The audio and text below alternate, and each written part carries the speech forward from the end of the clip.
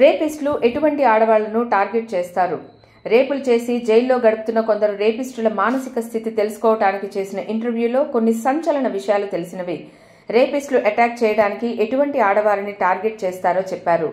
Ponytail గానీ, జడ వేసుకున్న వాళ్లు కానీ, లేదంటే పొడవుగా జుట్టు పెంచుకున్న ఆడవాళ్లను ఎక్కువగా టార్గెట్ చేస్తారు. ఎందుకంటే వారు వేసుకున్న జడతోనే వాళ్లను ఈజీగా అటాక్ చేసి రేప్ చేయవచ్చు అనేది వాళ్ల లాజిక్. హెయిర్ పొట్టిగా ఉంచుకునే వాళ్లను వాళ్లు టార్గెట్ చేయరట. ఆడవాళ్లు వేసుకునే డ్రెస్లను బట్టి వాళ్లను టార్గెట్ చేస్తారట. అంటే బట్టలు ఈజీగా తీసివేయటానికి వీలుగా ఉండే డ్రెస్ వేసుకునే వాళ్లను టార్గెట్ చేస్తారు.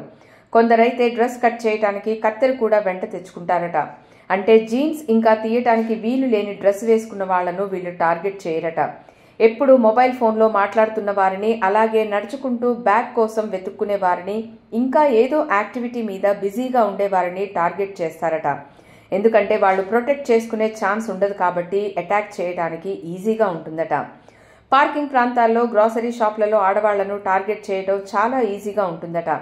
ఎందుకంటే అటువంటి ప్రాంతాలలో ఎక్కువగా ఒంటరిగానే ఉండే ఛాన్స్ ఉంటుందట. గ్యారేజ్లలో, ఆఫీస్, సెల్లార్ పార్కింగ్ ప్రాంతాల్లో కూడా చాలా ఈజీగా టార్గెట్ చేయవచ్చట.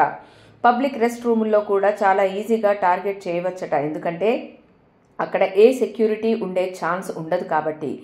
ఇటువంటి ప్లేస్ నుండి చాలా తొందరగా సేఫ్ ప్లేస్కి వాళ్ళని షిఫ్ట్ చేయవచ్చట. ఆడవాళ్లు కూడా భయపడి వెంటనే చెప్పినట్టుగా వింటారట.